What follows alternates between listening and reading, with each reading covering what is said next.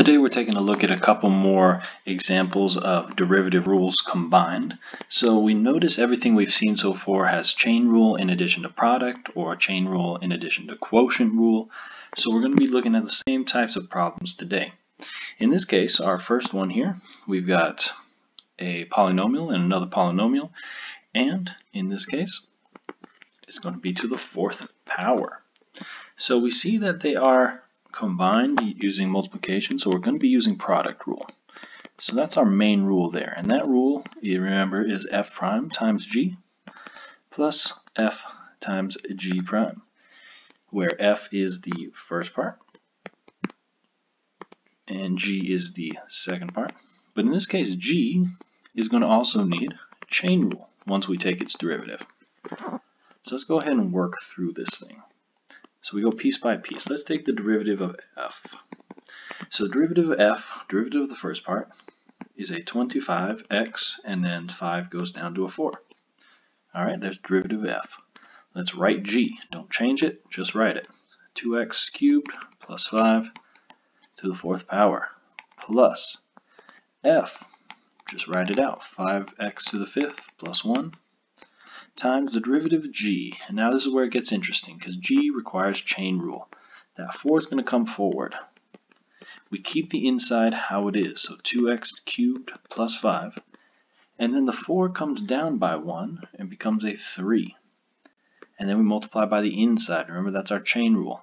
Outside, then inside. And the derivative of the inside is 6x squared. See, that's 3 times 2 and then down by 1.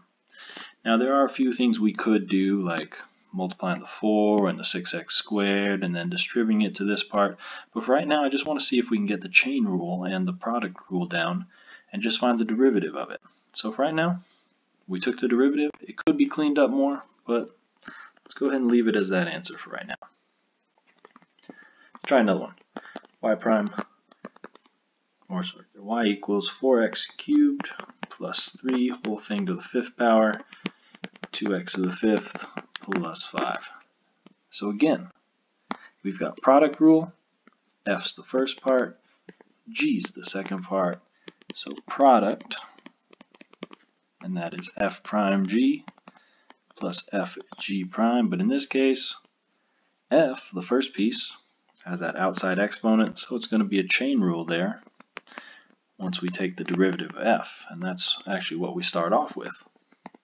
So the derivative of f, 5 comes forward, so 5, 4x cubed plus 3, because we keep the inside, this one drops down by 1 to the fourth.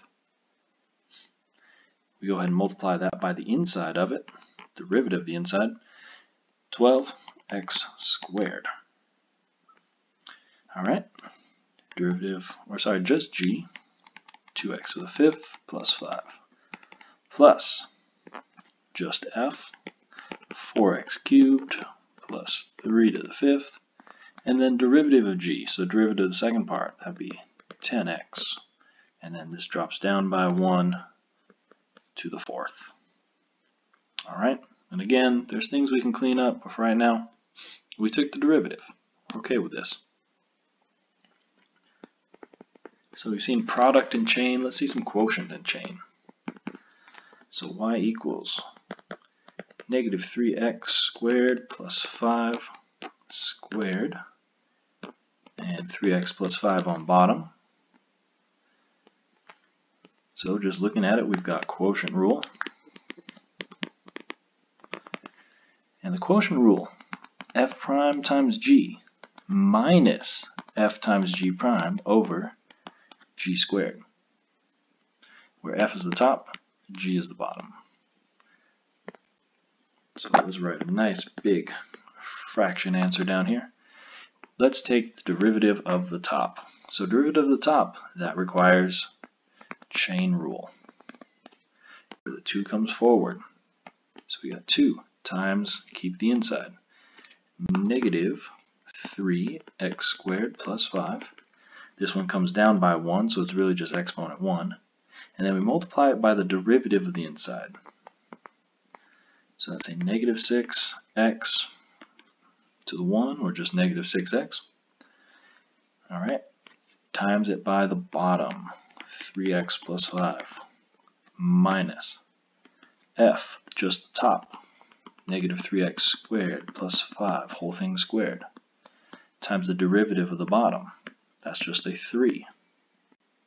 And on the bottom, take g and square it, so 3x plus 5, and the whole thing is squared.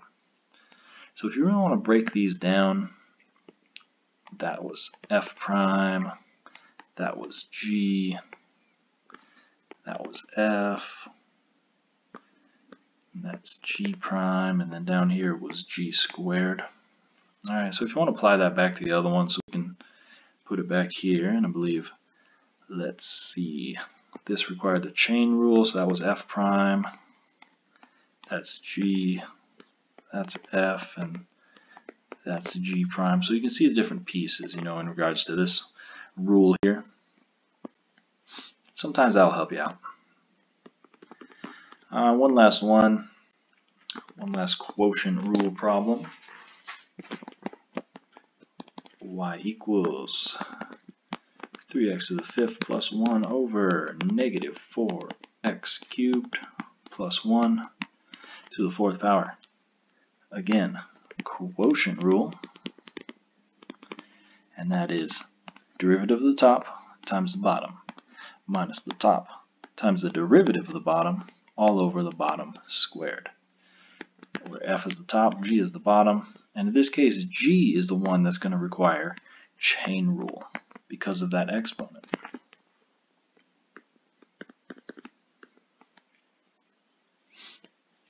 Alright, let's follow through it. Derivative of the top.